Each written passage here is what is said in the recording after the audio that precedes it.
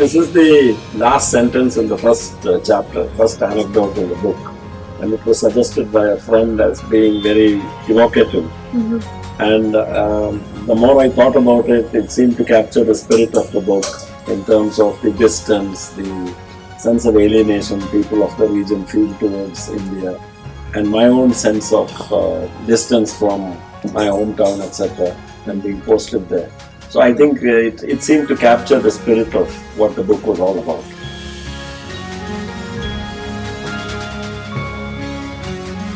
India is characterized by enormous diversity. There are so many identities. You can slice India horizontally, vertically, longitudinally, in so many ways, in terms of caste, in terms of community, in terms of religion, in terms of linguistic, ethnic. I don't think there is this kind of diversity anywhere in the world.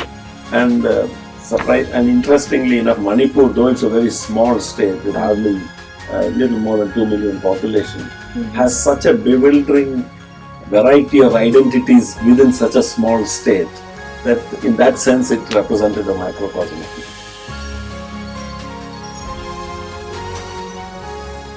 Actually, it is not autobiographical at all, in a sense. Okay. And it is not fiction. Okay. So it is, my role in this is that I was present when all these things happened.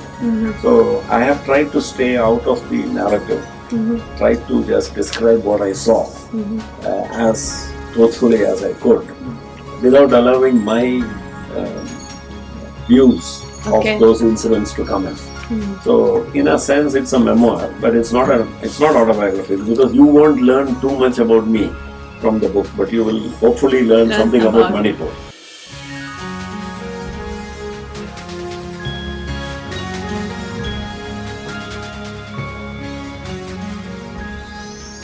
Well, we had our orders to follow. We have a legal, the people there have a job defined by the law, which has to be done, regardless of their personal feelings in the matter. So I think, let me make it very clear that I think the job of the officers is to follow the law. Okay. Now, sometimes the orders which come may not be in conformity with the law. So I think I have described some situations where the advice is that the young officers should follow the law when in doubt and disregard the orders if they felt that the orders were not in accordance with the law. Isn't that the hard part? It is, but I think the good news is that in a very large number of cases, young people in the field are doing that. Only very few of those cases get reported, like Sarita Nagpal's case in Noida, etc. But I think, otherwise I find it difficult to imagine how this country can run if people were not actually implementing the law. When I joined the service in 1977, there was hardly any literature on the Northeast, and most of the books which were available were written by Englishmen before independence, long before independence. I don't think the situation has improved much in the intervening 37 years since I joined the service and first went to Manipur, which is a very sad commentary indicating that such an important region has not received the attention which it deserves. The biggest impression which will stay with me is of beauty, of the beauty of the place, the beauty of nature, the beautiful people of that place, easily among the most handsome people in the whole of the country. So that is a very vivid image which still remains, though most of the photographs which I took have been, fallen to the ravages of time and fungus and various other problems, because in those days we had film. But the images are very fresh in my mind of the beauty of the place. Media has a big responsibility for this kind of image. What is the image we have of our own country, of our own city? Is it an image of a beautiful place to live in and work in, or is it a place where there are criminal elements, the law is being broken, the sewage doesn't work, the traffic is always gridlocked? Because that's what we read about in the newspapers. Yes. So your imagining of the place where you live and work is a lot influenced by the news which you are bombarded with, both from the electronic media as well as the print media.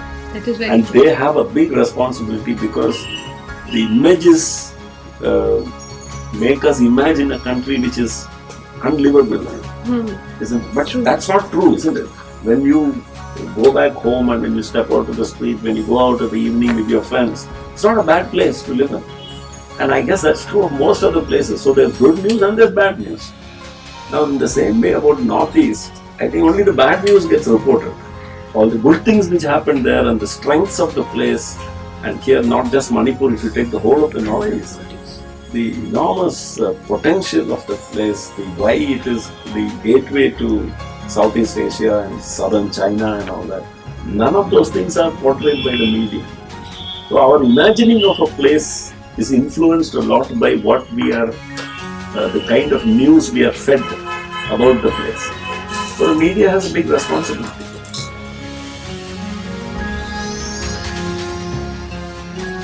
What inspired me would be the fact that these memories, the anecdotes which I remember, the narratives, etc., were so interesting because I tested it out on groups of friends and I used to tell these stories, usually over a glass of rum or something in the evening. And they were always a hit because people couldn't believe that these things actually happened. So there was an element of, of the novel, of the exotic, etc. Now, who inspired me? It was my wife, Vidita, because she used to say that, see, the stories are so interesting and I'm such an artist. She used to feel I'm a good storyteller. So she said, why don't you write them down? So I was skeptical. I used to wonder who would want to read these stories.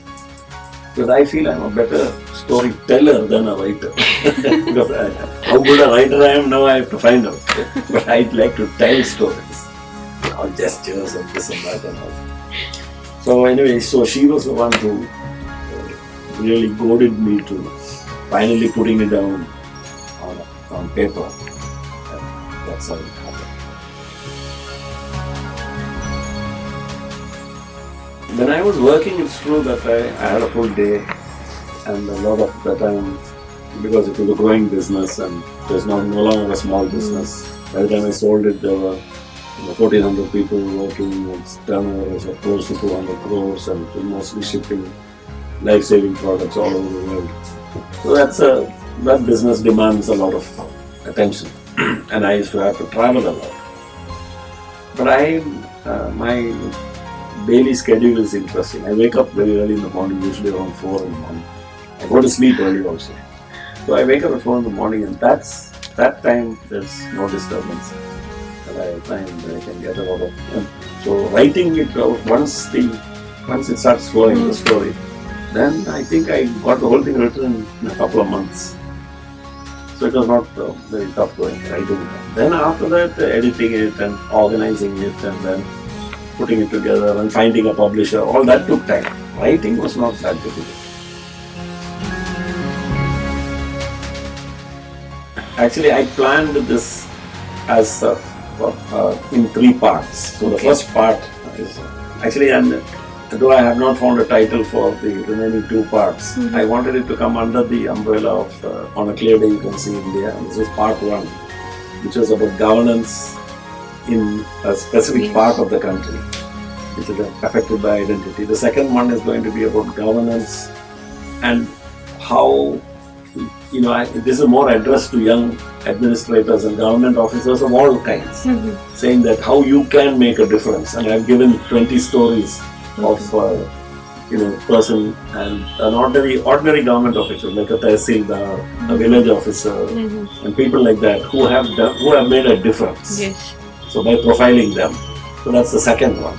And the third one, which is about government services. That is, and I specifically focus on the public distribution service, which I was part of in Kerala for a short while. So this is not Manipur. This is another state where I worked in. So I want to bring these 3 out to show that unlike what we think, government services and government administration is not all bad.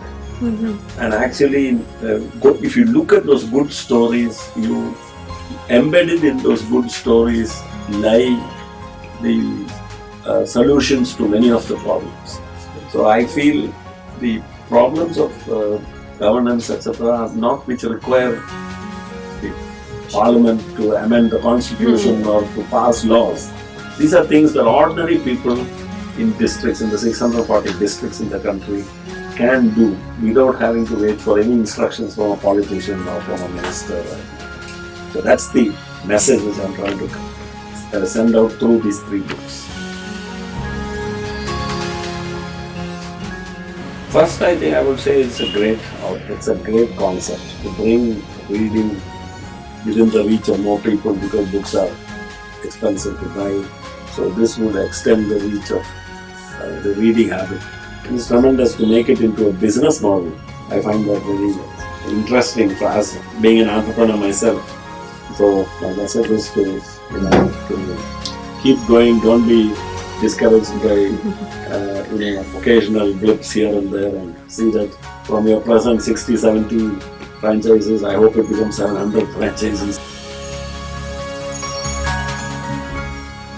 I think as long as the reading habit is there, we will always have a very good society, because I think the only other source of information on which we imagine the world we live in is the media. And that is unfortunately bombarding us with such negative information that we need something to counter that negative. And that is there in the books. And in the books you will find the greatest expressions of human mind. Great imagination, maybe even a tragic story, but there you will find the human spirit, the human soul. So instead of reading about some pedophile or some rapist or which are also part of society, you will read about where the human spirit soars to great heights, etc. So the inspiration which enables us to imagine society and our country and our community in a much better way lies in these books, in the reading habit. So keep reading.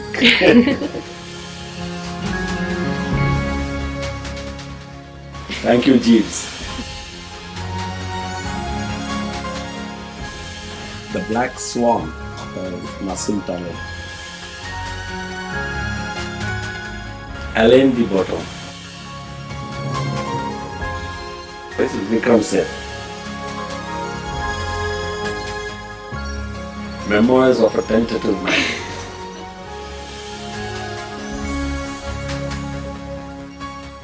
Window into a Marvelous World.